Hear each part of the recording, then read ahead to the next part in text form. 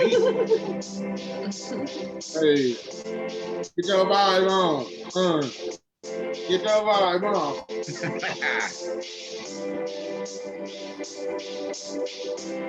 Boys, here we go. Yo. Hey, one time. Hey, welcome everybody to a new episode of the Counterpoints Podcast.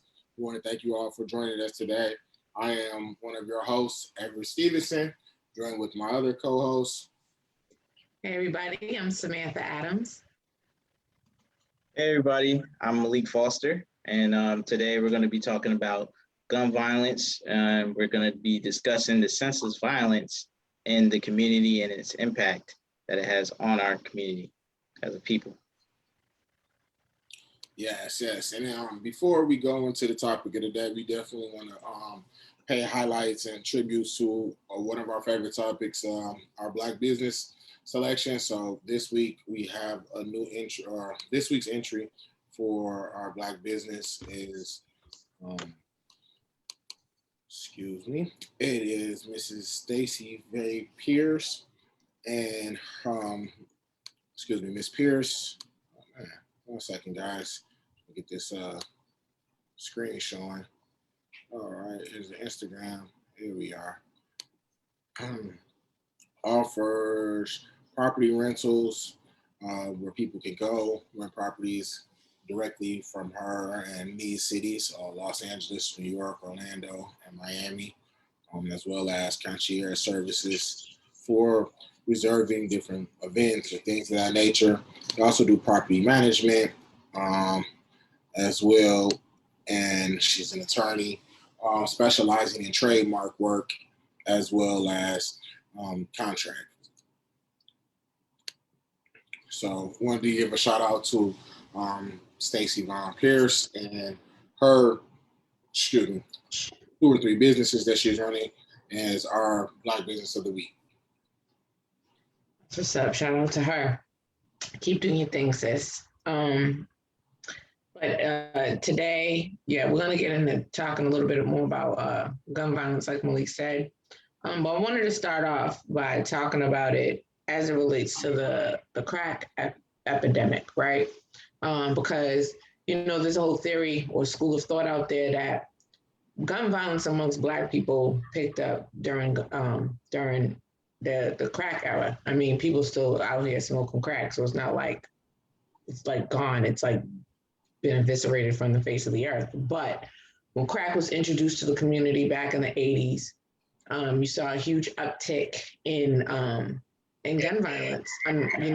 Whether it been between drug dealers fighting over their respective territories, or it was people who were addicted to drugs resorting to gun violence in order to go ahead and feed their habit. I found an article, and I'm going to go ahead and share my screen so that you guys can all see it. The article that I found, you guys see my screen? Yes. Okay. And you can't see it? I can see it. It was loaded. Okay.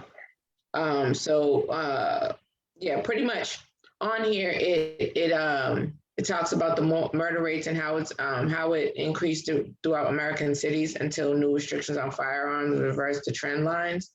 And what it really focuses more so on is it wasn't necessarily just crack that created this violent boom. It was really a combination of the crack epidemic and guns, like people having access to guns. Like, for example, it says that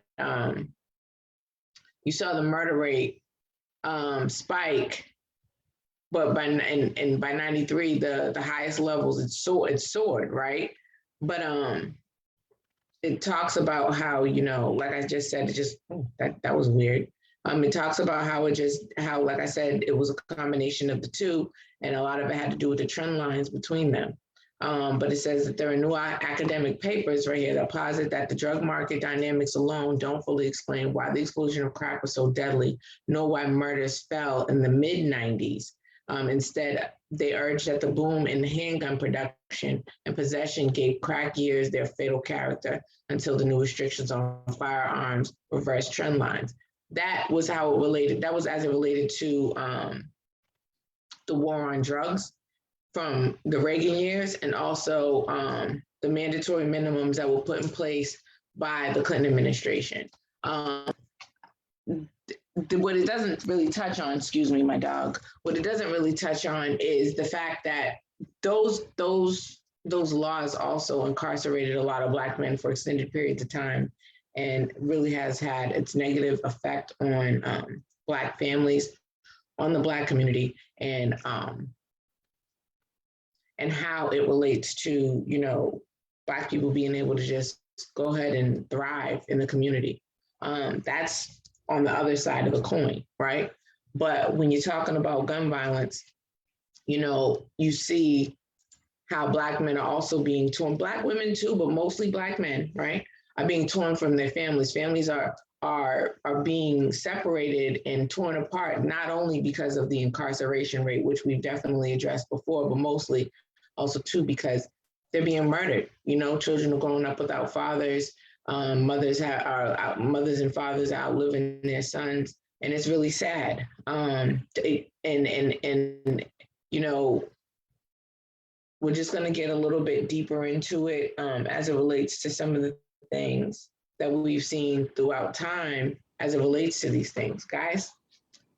Yeah, follow up with what you were just saying. I think, you know, with the crack epidemic, and some of its effect on violence, I think definitely happened a lot, or excuse me, had a major influence on things, as you see shows like Snowfall, and some of its depictions, and you know, other movies, Blows, things of that nature. Or, excuse me, that wasn't about crack in particular, but um, but the war on drugs in general definitely had a major effect on violence and gun violence within a lot of urban communities. And I think that it's one of the reasons that we have had that. And it's tragic because, like you said, a lot of the times that it's happening in environments in which mostly minorities are living in. And so that's one of the things that has a double crippling effect on the drug and its effect on the community, as well as, you know, the violence that perpetuates from it. So it's definitely one thing that has always plagued a lot of communities, and is something that, you know, unfortunately, I don't necessarily know exactly when or how it will ever end, but it's something that we definitely have to look at when we talk about, you know, violence within our communities. Yeah, yeah, I was gonna say that when it comes to drugs in our community, I think that's um, a catalyst to you know, the gun violence and the gun crime. So when you have, you know, illegal drug activity and people selling it like crack cocaine and other illegal drugs on the streets, that's going to lead to people, you know, getting firearms illegally to protect their territory, protect their deals, and all of that stuff. And some innocent people get caught in the crossfires of these deals and gang violence. Gangs are formed and organizations are formed in order to protect, you know, this money, because these people are trying to get money at the end of the day. They're just going about it in the wrong way, in the wrong manner. So I think if we're able to come up with ways to help these people get money the legal way and present that to them and help them get off the streets and approach it from, you know, a business standpoint and really help them economically, I think that will help solve some of the problems. That's what my thoughts on it, because, you know, we can't change the past of, you know, the illegal drugs being injected into our community, but we can come up with solutions to the problems, and that's what we need to do. We need to come together as a community and help build these opportunities. I guess you could say opportunity zones, for lack of a better term, to help our community get some of this drugs and illegal gang violence and illegal guns off the streets.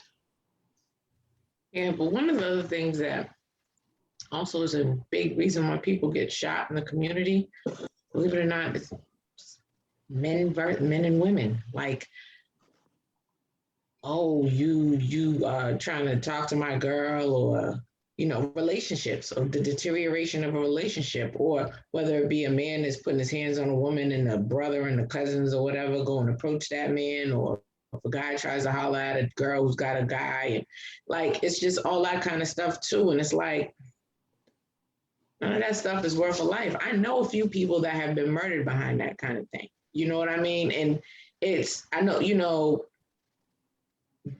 like, when we talk about the seven deadly sins, right? Like jealousy, envy, I don't remember all of them. Jealousy, envy, gluttony, which is greed. Those are like pretty much what we're talking about, because, when people start making money, whether it be the legal way or the illegal way, people get jealous.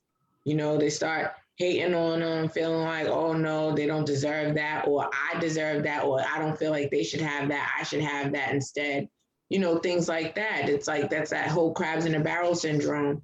And so rather than trying to find a way to get it yourself in a positive and legal way, right? They'll try to kill the next man for it. Or if it's a situation where a guy tries to talk to a girl and she has a boyfriend, and the dude sees that some dude is trying to holler at his girl, he feels the type of way, and then he feels like he wants to end it. Or the girl's cheating on her boyfriend with another guy and he finds out. And it's like all these crazy scenarios, but they're so common and people are losing their lives over them. And the issue is like, is all of that worth it? I mean, I understand that there's like a whole heat of passion thing, all of that. But is it worth it? Is it worth taking somebody away from their family? Is it really worth ending somebody's life over? I think that there's so many other ways to resolve problems and misunderstandings or just conflicts. There's so many other ways to resolve them other than killing each other. You know what I mean? And go ahead. What were you gonna say?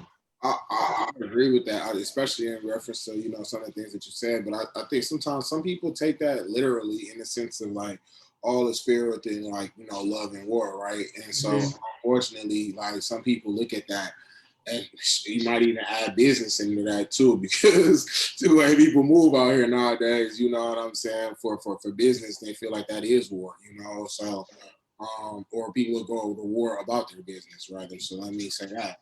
But I think when we look at that one's in particular, my stance on that one is a little bit wild, because I honestly, like, you know what, like, this is what we do, right? Like, so let's go into what you were just referring to as far as a person willing to take another individual's life because of I guess they feel that whatever, I don't know what their feeling it is, but enough that they feel like they need to take another individual's lives based on them dating someone or something like that. I think I'm never justifying any type of murder or nothing, but I know, like, from what we've learned, sometimes in the heat of passion in certain types of situations, it's been known that people will react a certain type of way. You come home, catch somebody like in your bed, you assault them or something like that. That's almost like people that's like kind of like it can escalate, and go there.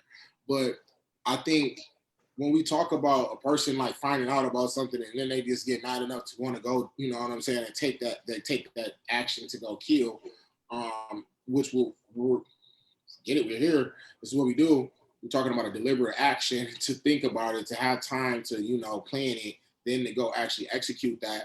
To me, that's so crazy, because it's like, why don't you just take the time to look at why your situation isn't right and why that person would want to leave a situation? Like, I don't understand why you would just look to go kill as opposed to look at why there was some dysfunction that makes a person want to make a move. And I think that would be one of the things that I think that like people should use in those type of situations that we were just referring to when it comes to relationships, that would maybe help someone not lose their life, and another person throw their life away, you know what I mean, based off of maybe an individual choosing to go have relations with someone else.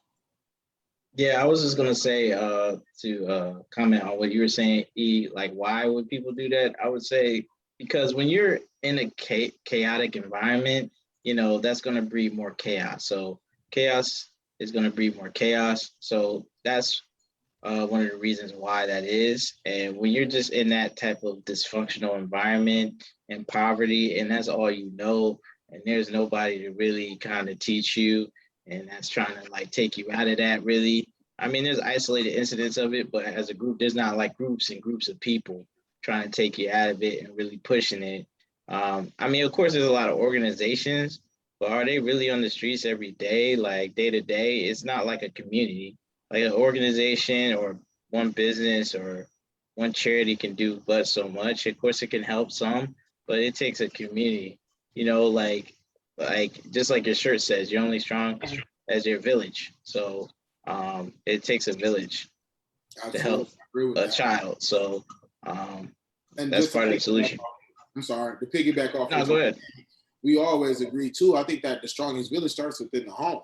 You know what I'm saying? And the foundations that you set with those individuals are the things that maybe help them to go off and make decisions. But we all know sometimes good people make bad decisions. You know what I'm saying? So even if they do have a solid background and solid upbringing, sometimes things can kind of get you caught up somehow.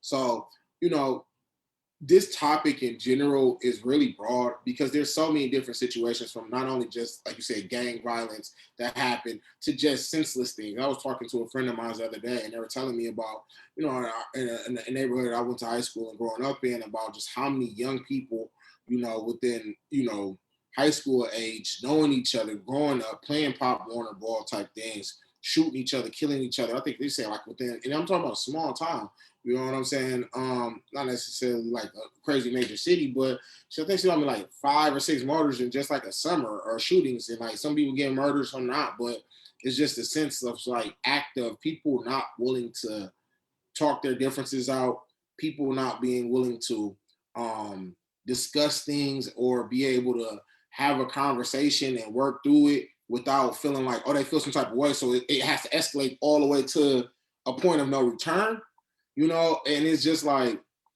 it's sad, but I think that that's just how people are moving sometimes because of, like you said, Malik, maybe being hurt, maybe not necessarily being able to be heard sometimes, or having someone be able to help them heal from some pains that they may have been dealing with. So now they're bleeding onto someone else. Um, an interesting perspective real fast that I've heard about, and it was really funny that we were talking about this, and I heard this as a guy said one time, like when people live like this and they're really like, I think it was Craig Smith, I was listening to him, and he said that he thought the perspective was like, if someone's living a life in which they don't care about themselves, you know what I'm saying, and they almost are willing to die, but they don't want to kill themselves, they'll be willing to like kill others at ease, or they'll be willing to put themselves in risky type of situations. You know what I'm saying? Because they don't care about their own life. So they're willing to risk it and hope that maybe, somebody else might be willing to crazy enough to take, take something or whatever, or they try to execute something to try to make them feel better for a little moment or two.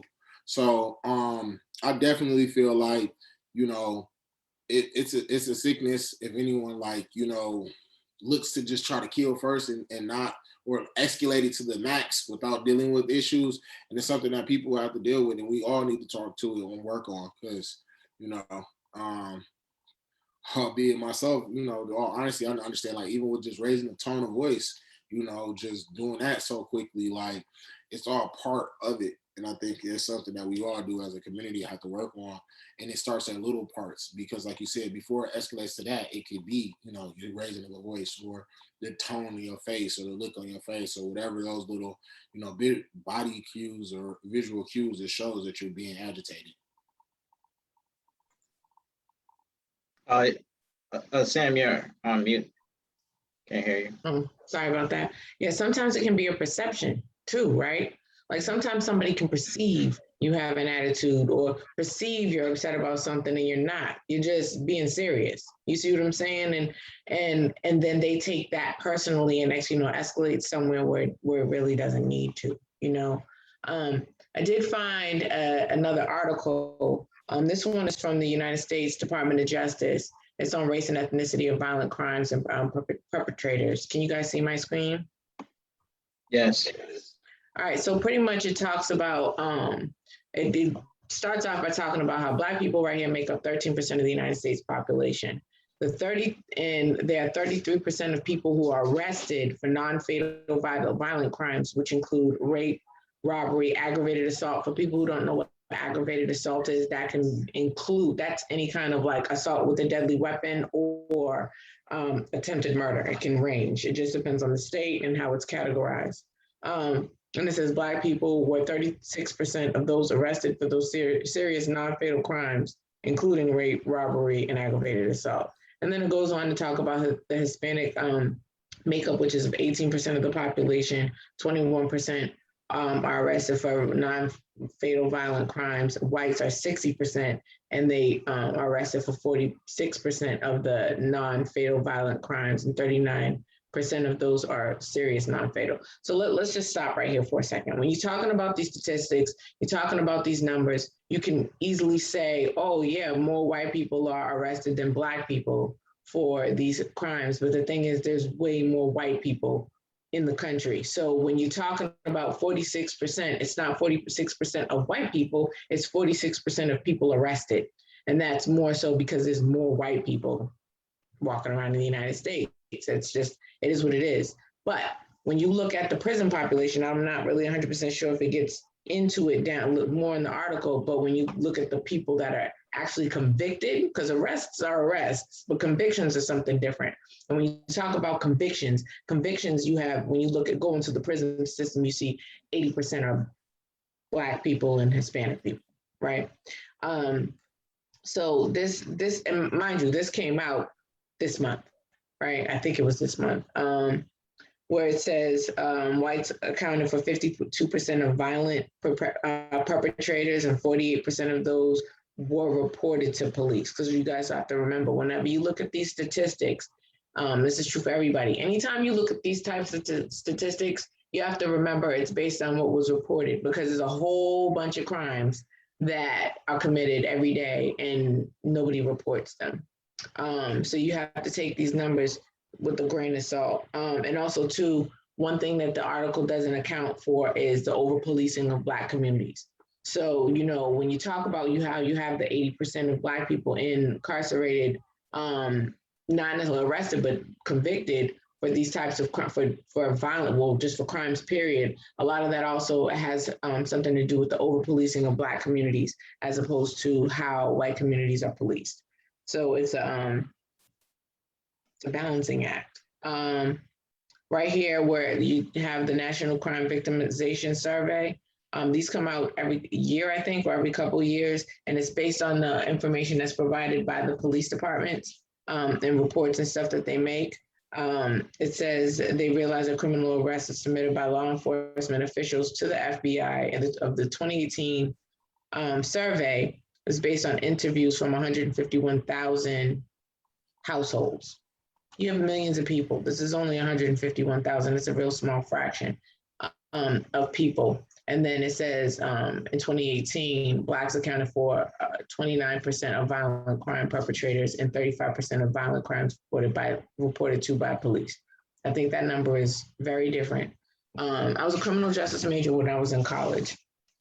And one of the things that I learned when I was there is, you know, when you talk about reporting numbers are largely affected by who reports them to the police and whether or not the police are providing accurate numbers to the surveys, right? And to these organizations. And if they're not, then the numbers are not going to reflect, because it doesn't make sense how you can say you have 39% or even a total, I don't remember how many did it give. Oh no, you have 36% were of Black people for nonviolent crimes and 39% of violent crimes. But 80% of prisons are filled with Black people. Those numbers don't match. You know what I'm saying? So again, if anybody wants to take a look at this article is from Prison Legal News. And it came out, in June, not this month, it came out in June of this year. And it's the statistics on race and ethnicity of violent crime perpetrators, and it gives a lot more details and things of that nature. But I think that it's interesting how, like I said, the reporting is and things of that nature, but it boils down to what's actually happening in the community. And when we talk about what's actually happening in the community, because think about it, we could walk down the street right now and see a fight. Most people aren't about to pick up the phone and say, "Oh my God, 911, come, they're fighting." People are gonna watch the fight, pull out their phone, start recording.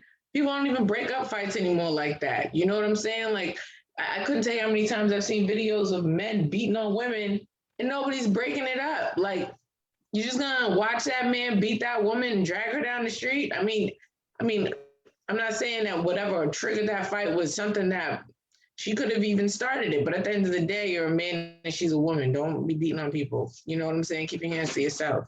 So, yeah, and then they're just in there recording it.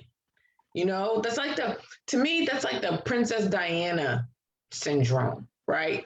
Like, paparazzi chase that woman down, they crash the car, she's in the car, her boyfriend's in the car, they're dying. And rather than somebody calling for help, they're just over there snapping shots. It's like something is amiss, you know, when it comes to things like that. But that's a whole nother topic for a whole nother day.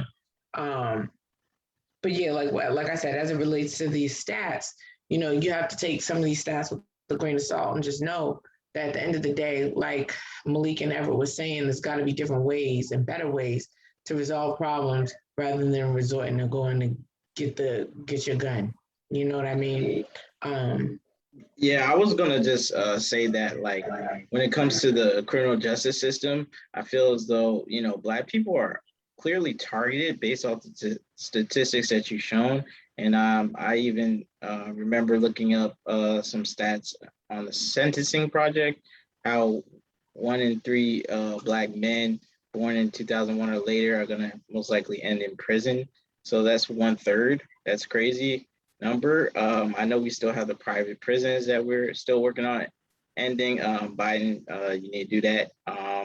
Also, some of these sentencings, you need to release them, especially for those marijuana offenses. I think they need to reduce those to maybe a penalty or a fine or something, and get rid of those because it's legal in lots of states now, especially with states that are illegal. They need to get rid of that and do something. They need to get rid of it altogether.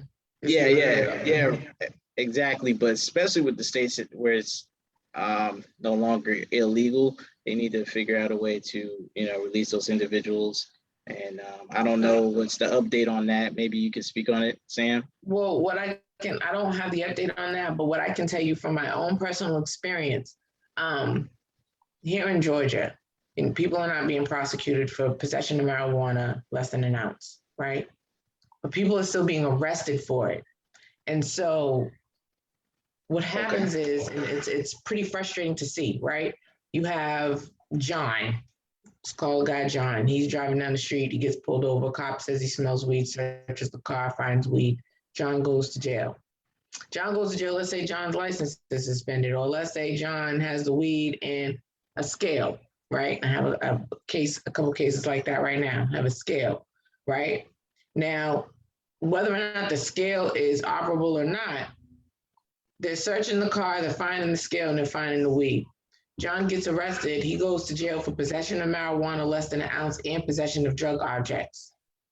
Mm-hmm. It takes months, if not over a year, but especially too because of the pandemic. There's cases that have been sitting there for 2-3 years with this stuff. So now every job John is applying for, he's having a hard time getting because he's got this open case sitting there on his criminal record that shows he's got a pending case for drug possession, right?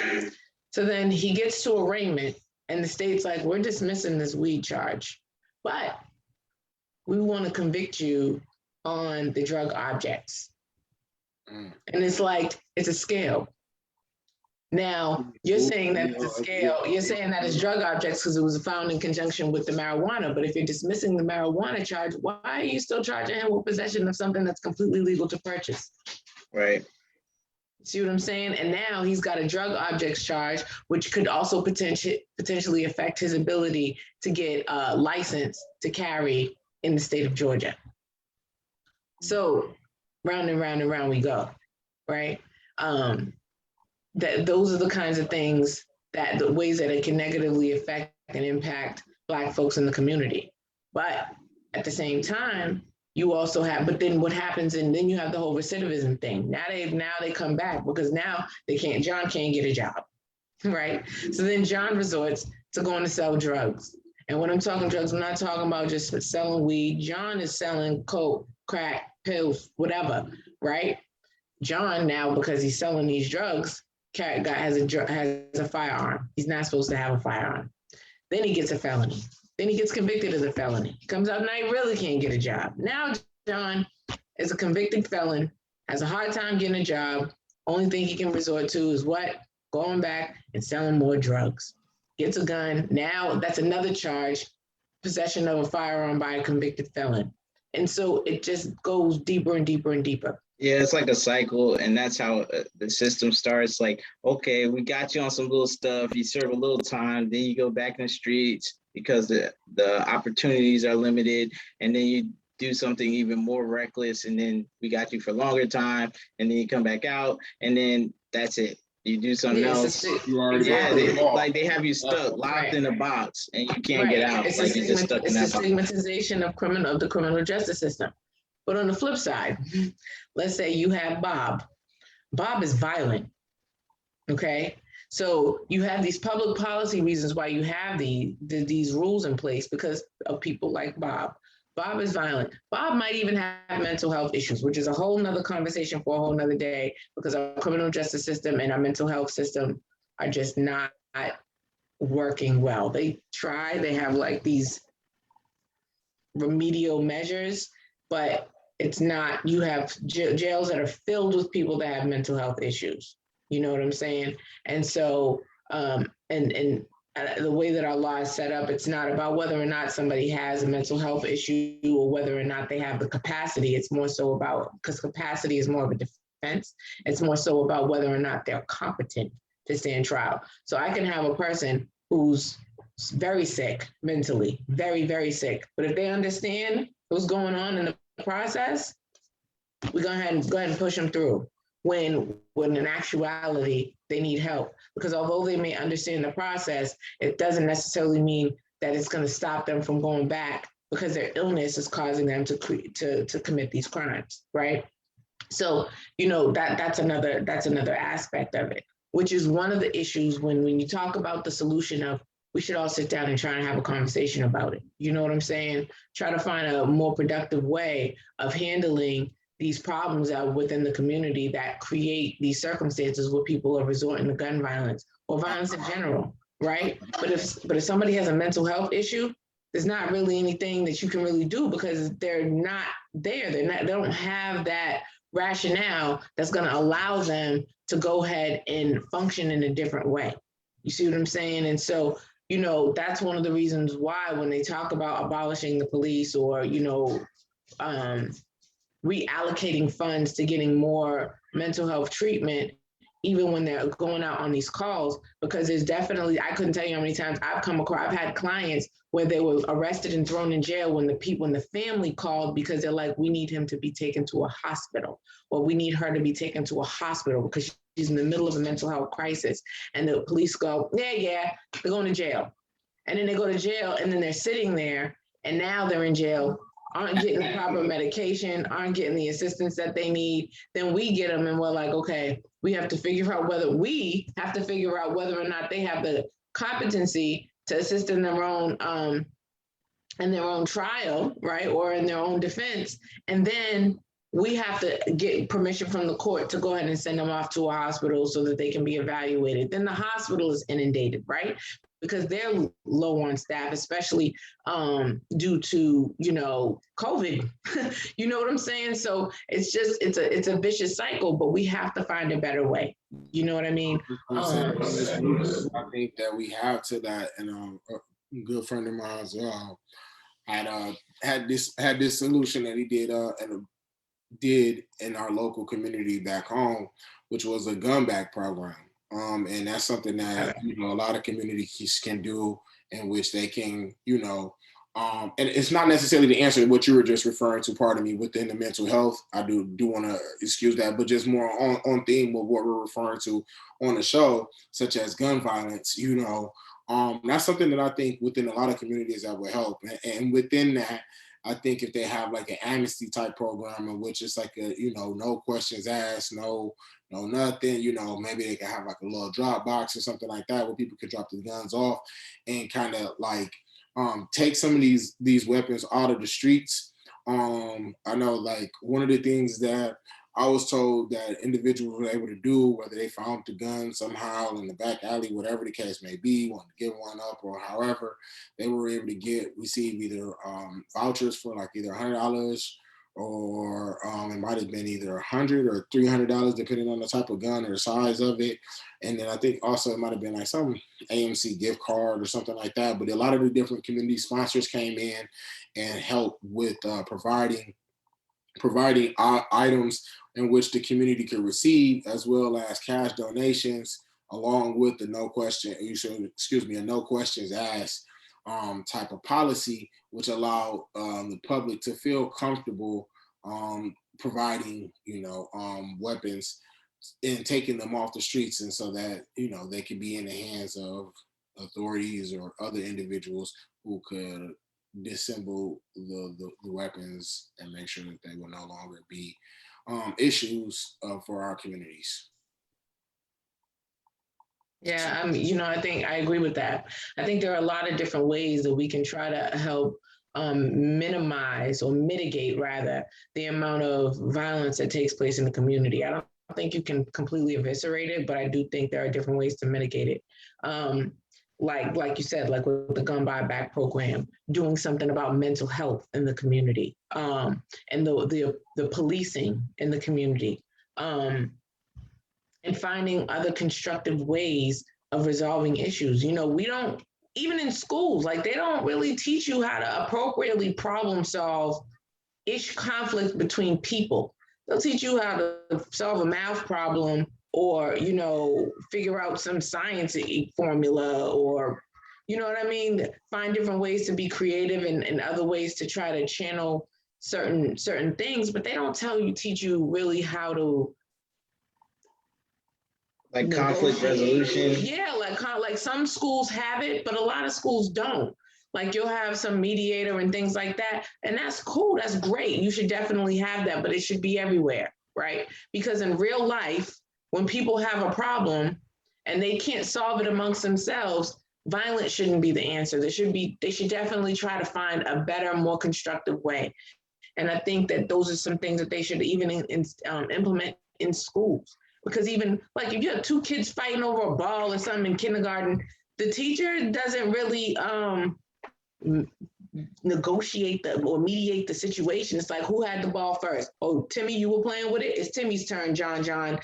Let Timmy play. And then when you're done, Timmy, let John have the ball. You know what I'm saying? And then that's the end of it. It's like they're being told what to do as opposed to being able to figure out a better way to be able to handle it. And I think that if we all had better conflict resolution resources and tools, we would be able to thrive better as a community because we just don't have those things. And also too, getting mental health help, this is whole stigmatization in the community. We've talked about it. We've actually had a couple of different podcasts about it, but people should definitely be willing to consider getting that assistance from a mental health professional, just like they would if they are sick. If you got a cold, yeah, Black folks gotta have some chicken soup and drink some ginger ale, but also too, but if you get real sick, you're gonna go to the doctor.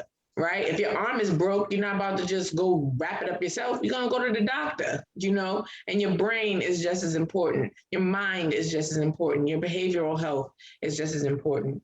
So one of the other things I think that they need to start considering is changing some of the laws, not just the laws as it relates to purchasing guns and things like that, but also too, the way that they implement these laws as it relates to just possession of weapons and things like that. I think, disenfranchising Black men, that's a whole thing as it relates to the oppression of Black people. But every person that's ever been committed of some sort of a crime some sort of a felony shouldn't be, unable to Proud do of the right to vote. right. Like you can't, And you lose your right to vote in most places. Right. You can't vote in most places. And then on top of that, you can't possess a firearm and things like that. Like if somebody is can't get an apartment. right, if somebody is convicted of a non-violent crime, why do they lose their ability? Why they lose their ability to purchase a gun?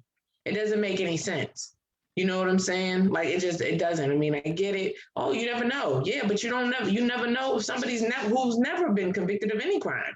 You know what I mean? And so I think that those are some of the things that we need to start thinking about as it relates to Yeah, I think another solution that we a lot of people might not be thinking about is like definitely approaching the youth from the standpoint of really getting involved with the board of education, the education system, and really monitoring that, because we really need to start approaching this from when they're small and giving them hope through community outreach and through different kinds of programs that are already in place, as well as different opportunities so people can make money. You know, I always go back to the economics, because these guys are selling drugs and doing all this kind of violence because of economics, basically. They're in a community where it's chaotic, where it's not really that many opportunity for them, and they want to make money at the end of the day. So I think people who are trying to help should definitely get involved with the politics of the situation, with the board of directors, board of trustees of these schools, and the leadership, and try to work with them and try to implement programs and get involved in the curriculum in order to institute some things that will help benefit and teach skills, life skills, skills that will help people put money in their pockets so they don't have to resort to drugs in order to make a living, because they live in this chaotic environment where it's just violence around them. So if you could teach them skills, help build up those communities, inject some money and government funds somehow into those communities to help start up some businesses, things of that nature. Also get more people that look like them to police the areas, predominantly Black areas. So it's not just, racial profiling all the time. That will help lower that. Not saying all these things will help solve the problem, but I think it could help reduce a lot of the violence and a lot of the crime and drugs in the community. So I think those are some of the solutions that, people need to go think about and actually try to implement. I think that would help solve the problem, because most of the time people are just looking for work, looking for a way out, and they feel like they look up to the drug dealer and say, oh, he's getting money, look what he's doing. They get involved, and then they get too far and deep into it. Like, once you're 20 some years old, you feel like you might be too far and deep. So I think you should definitely reach out to the youth, start them young, set them on that right path and that right track to where they'll be successful. But unfortunately, there's an incentive to keep our communities down. Like, they want to keep these prisons full because they got a lot of prisons. It makes money. It's free labor. So we got to remove the incentive to make our communities fail. So I think that would also go a long way as well. Just removing that aspect would help go a long way. Yeah. But on the flip side to that, I'm pretty sure, I don't know about you, Malik, or you ever, but I'm pretty sure you guys know people that have died as a result of gun violence. And it's sad. I recently lost a friend of mine from college, graduate, whole 9 yards, and he died. He had 2 children. He was murdered in the street. I also have some family members that have been killed as a result of gun violence too. So, it's very, very hard on a family when they lose somebody due to gun violence. And so with that, we wanted to go ahead and give like 5 seconds of a moment of silence for the lives lost due to gun violence.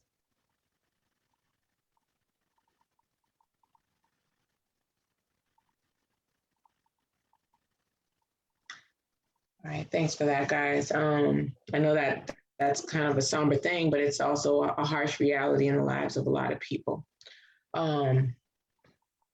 But, we don't want to just end it on such a somber note, right? We always want to try to keep the community uplifted and motivated. I know Malik has our motivational minute for the week. Yes, I have the motivational minute for the week. So I have here a quote by Mahatma Gandhi, and his quote is, "I object to violence because when it appears to do good, the good is only temporary. The evil it does is permanent."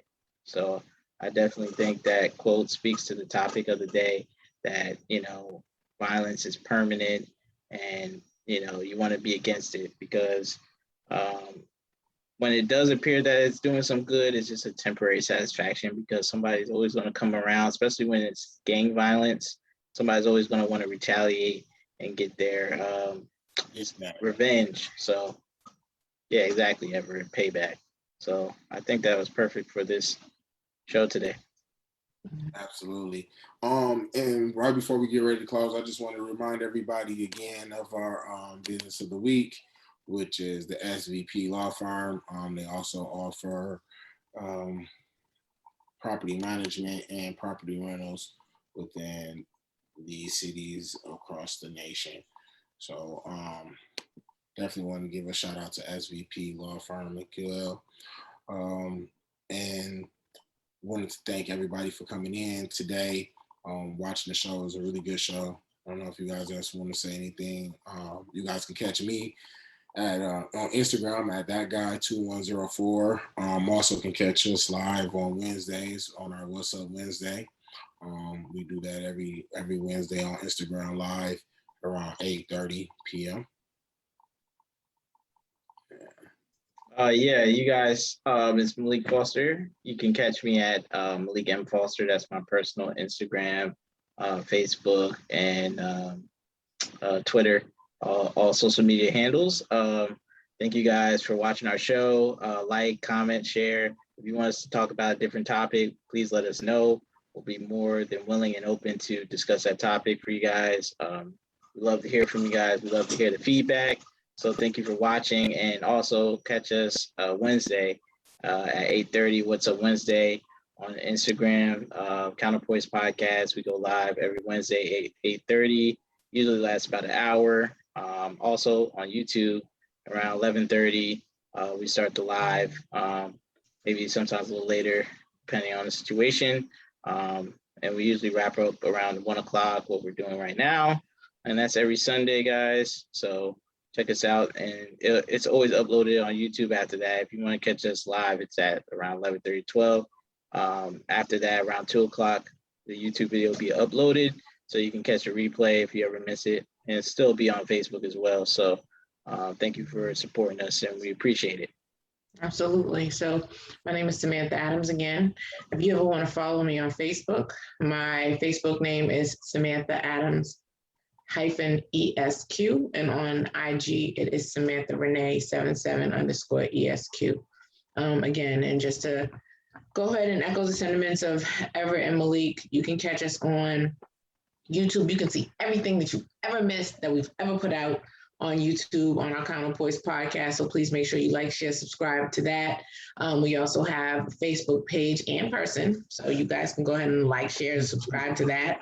And also IG, like, share, subscribe to that. And so we go live on Sundays at 11:30, like Malik said, on Facebook Live right here. And on Wednesdays, like Malik and Everett both said, we go live on IG. Also, too, anything we have for What's Up Wednesday is also on IGTV.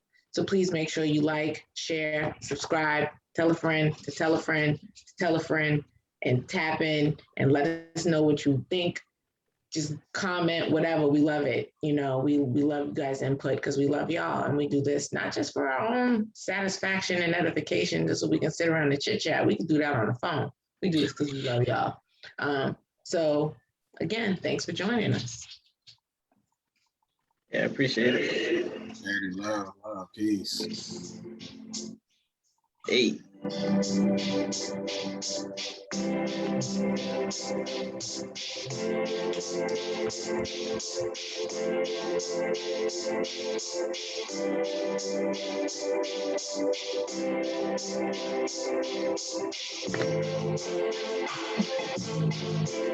Hey, peace.